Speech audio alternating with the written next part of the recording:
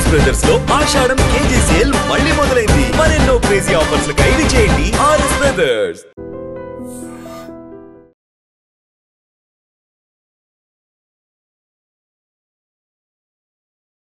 ప్రస్తుతానికైతే మనం ఈ కవాటిగూడలోని ఆ మనీషా అలాగే వాళ్ళ మదర్ శారద ఎవరైతే ఉన్నారో కన్న కూతురు అలాగే భార్య కలిసి ఆ లింగం అనే అతన్ని అతి కిరాతకంగా చంపినారు. ఎవరైతే అక్రమ సంబంధం జావీద్ అనే అతనితో అక్రమ సంబంధం పెట్టుకొని ఈ ఇంట్లోనే ఇక్కడే చంపినారు. ఇక్కడ ఈ ఫ్యాన్ చూపిస్తున్నారు కదా, ఇక్కడే అంటే కొన్ని ఫ్యాన్ కి ఉరేసినారు అని చెప్తున్నారు. ఆ కళ్ళు ఉన్నది కదా, ఈ కళ్ళులో స్లీపింగ్ టాబ్లెట్స్, స్లీపింగ్ పిల్స్ కలిపి ఆయన స్పృహ కోల్పోయిన తర్వాత ఆ టైంలోనే అతి కిరాతకంగా ఆ గొంతు మీద అది తాడేసి ఊరేసి, అదేవిధంగా దిండ్లు పెట్టేసి, ఆయన ప్రైవేట్ పార్ట్స్ మీద దిండు పెట్టి గట్టిగా కొట్టి ఆ వెనకాల రాడ్తో కూడా కొట్టేసి మళ్ళీ అప్పటికి చనిపోయిందో లేదో అని చెప్పేసి కన్ఫర్మేషన్ కోసం కత్తి తీసుకొని వాళ్ళ భార్య పీక కోసినట్టయితే తెలుస్తుంది. చంపేసి మళ్ళీ బయటికి వెళ్ళి దాదాపు అరౌండ్ 12 ఆ టైంకి చంపేసి మళ్ళీ దాదాపు ఒక 2 ఆ టైంకి ఒక ర్యాపిడో బుక్ చేసుకొని కారులో ఆ బాడీని తీసుకెళ్లి గట్కేసర్లో పడేసినట్టు చెప్తుంది. అంటే ఎంత బాధాకరమైన ఘటన చూడు, ఎంత క్రూరంగా ఉన్నారంటే బయట వ్యక్తులు చేశారన్నా మనం నమ్మము, కానీ సొంత వ్యక్తులు అంటే చిన్నప్పటి నుంచి పెంచుకున్న కూతురు, అదేవిధంగా కట్టుకున్న భార్య అంటే వీళ్ళే సర్వస్వం అనుకుని ఆ వ్యక్తి బతుకుతుంటాడు. మరి ఎందుకు ఈ విధంగా జరిగింది అంటే జావీద్ అనే అతన్ని ఈ పెద్ద కూతురు ఎవరైతే వాళ్ళు వివాహేతర సంబంధం పెట్టుకుంది. వాళ్ళ భర్తతో, కట్టుకున్న భర్తతో చిన్న విభేదాలు ఉన్నాయి. వాళ్ళ భర్త ఓపెన్ 10th చేపించి ఆమెను జాబ్ చేపించేంత మంచి వ్యక్తి అతనితో విభేదాలు పెట్టుకొని జావీద్ అనే అతనితో తరచుగా సంబంధాలు పెట్టుకోవడము, రావడము. ఆ చిన్న కూతురు అడిగినప్పుడు నాకు అన్న అని చెప్పేసి తర్వాత నిజం అంతా బట్టబయలు అయిన తర్వాత ఇతను వాళ్ళ ఫాదర్ ఎవరైతే ఉన్నారో కన్న కూతురు తప్పు చేస్తే ఎవరైనా గద్దిస్తారు, ఎవరైనా భయం చెప్తారు. అదేవిధంగా ఆయన కూడా చెప్పడం జరిగింది. కొంచెం ఆయన తాగుతాడు కాబట్టి అసభ్యకరమైన మాటలు మాట్లాడుండొచ్చు, కానీ మాట్లాడిన మాత్రం ఆ కూతురు మంచి కోసమే. ఈ విధంగా తిడుతున్నాడు అని చెప్పేసి, నన్ను కూడా అనుమానిస్తున్నాడు అని చెప్పేసి ఈ భార్య కూతుర్లు అదేవిధంగా ఉంచుకున్న వ్యక్తి కలిసి అతి కిరాతకంగా చంపడం జరిగింది.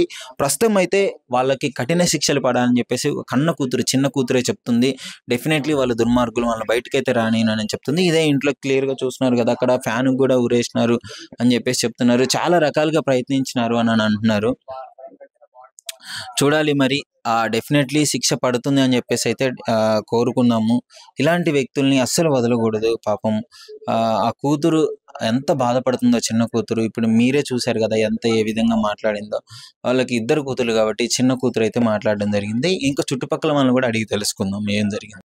పాపం వాళ్ళు చాలా దిగ్భ్రాంతిలో ఉన్నారు. అసలు ఏంటి ఈ విధంగా పాపం ఆయన వెళ్ళి రావడము, పని చేసుకోవడము, రావడమే ఉంది. అసలు వాళ్ళు ఎలా రియాక్ట్ అవుతున్నారు అడిగి తెలుసుకుందాం. చెప్పండి అన్న. మాకైతే చాలా బాధ అనిపిస్తుంది అన్న. వాడు నా చిన్నప్పటి ఫ్రెండ్, కాకపోతే వాడు తాగుతాడు కొద్దిగా. తాగి వానంతలో వాడు నా ఫ్రెండ్, చిన్నప్పటి ఫ్రెండ్, ఒకటే బస్సులో పుట్టి పెరిగినాం మేము. వాడు ఏంటంటే తాగుతాడు, వానంతలో వాడు తాగుతాడు, వస్తాడు, డ్యూటీకి పోతాడు, కంటిన్యూగా డ్యూటీ. మా మిస్సెస్ ఎక్కడైతే పని చేస్తాడు అపార్ట్మెంట్ లో, అక్కడ కూడా వాచ్మెన్ డ్యూటీ చేసిండు ఆయన. అక్కడ కూడా మంచి పేరే ఉంది వాడికి. ఇక్కడ మా గల్లీలోకి వెళ్ళి పోయినప్పుడల్లా నాతో మజాక్ ఆడుకుంటూ పోతాడు.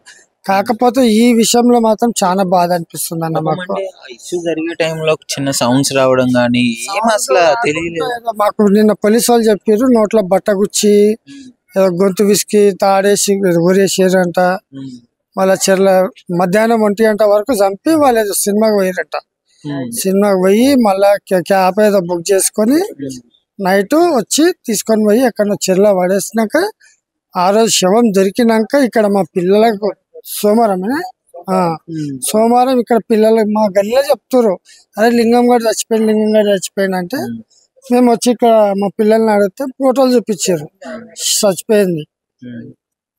మాకు దారుణం అంటే అసలు అంటే ఒక వ్యక్తిని చంపేసి సినిమాకి వెళ్ళి ఎంజాయ్ చేసి వచ్చి మళ్ళీ బాడీని పడేసినారు అంటే వీళ్ళని ఏమనాలి? ఎంత సైకోలు కూడా ఈ విధంగా చేయరు నాకు తెలిసి. వీళ్ళని మాత్రం ఉరి శిక్ష చేయాలన్న, వీళ్ళకి ఉరి శిక్ష చేయాలి. మా బస్సులో చాలా ఘోరం. ఫస్ట్ టైం ఇదైతే మా బస్సులో కొట్టుకునే వాళ్ళు ఉన్నారు, తిట్టుకునే వాళ్ళు ఉన్నారు, విడాకులు తీసుకునే వాళ్ళు ఉన్నారు, అందరు ఉన్నారు. మా పెద్ద మనుషులు ఏదో న్యాయం చెప్తారు, ఇట్లాంటి పెద్ద మనుషులు. నా తప్పు ఉంటే నన్ను కొడతారు, వాళ్ళు ఆ పిల్ల తప్పు ఉంటే వాళ్ళని కొడతారు, అట్లా న్యాయం చెప్తారు మా వాళ్ళు. మరి ఇంత ఘోరంగా మాత్రం చాలా తప్పు. ఆ పిల్ల గాని ఆ పిల్లగాడు తుర్కోడు ఎవడు ఉన్నాడో జావీద్ అనే వ్యక్తి వల్లనే ఇదంతా అవుతుంది అని చెప్పేసి చెప్తున్నారు. అందుకెళ్ళి అవుతుంది అంత మొత్తం. కానీ ఆ పిల్లానికి లింగం చూసినారా మీరు ఎప్పుడైనా వ్యక్తిని? ఎప్పుడు ఇక్కడికి తరచూ వస్తుంటాడు అని చెప్పేసి అయితే అంటున్నాడు. వస్తాడని ఇక్కడ మా వాళ్ళు అనగా విన్నాను, కానీ నేనైతే ఎప్పుడు చూడలేదు. సరే, ఒకసారి కొంచెం ఈ కాలనీలో కొంచెం పెద్ద వ్యక్తులు ఉన్నారు, వాళ్ళని కూడా అడిగి తెలుసుకున్నాము. ఇప్పుడు మాట్లాడినాను బేట. చెప్పండి, అసలు ఆయన తరచూ వస్తూ ఉంటాడు అంటే? ఆయన వచ్చింది నేను ఇప్పటిదాకా చూడలే. తల్లి అయితే వేరే బండి మీద పోయింది చూసిన. తల్లి కూడా ఆ విధంగానే ఉంటుంది. ఇద్దరు తల్లి బిడ్డలు ఇద్దరు.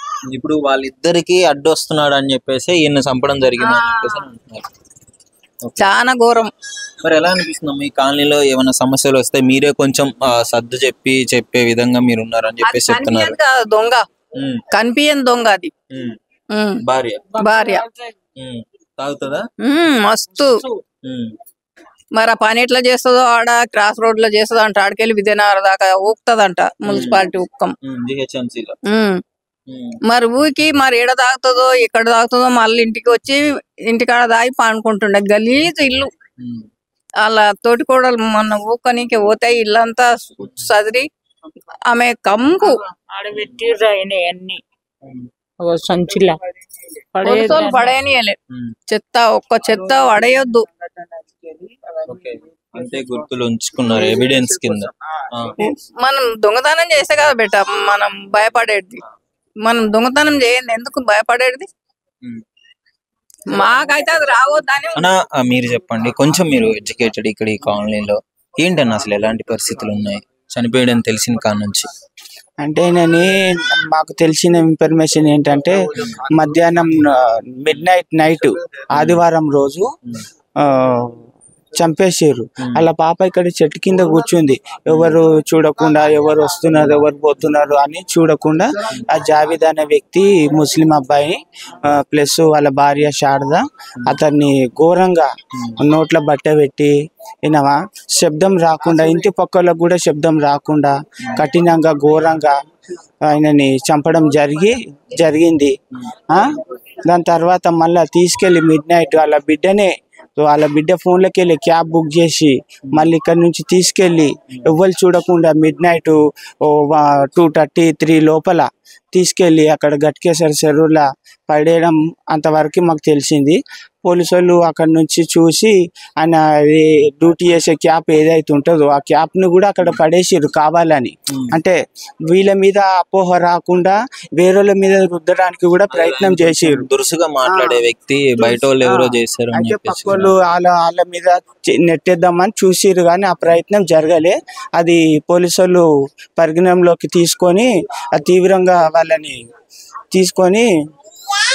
అడిగే వరకు నిజం అనేది బయటకు వచ్చేసింది.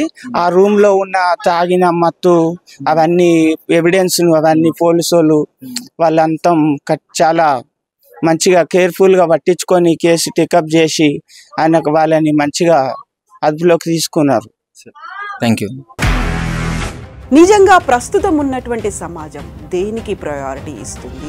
ఆర్థిక సంబంధాల చుట్టూ మాత్రమే తిరుగుతుంది. మళ్ళీ ఎన్నికలంగానే చాలా విరక్తి కలుగుతుంది.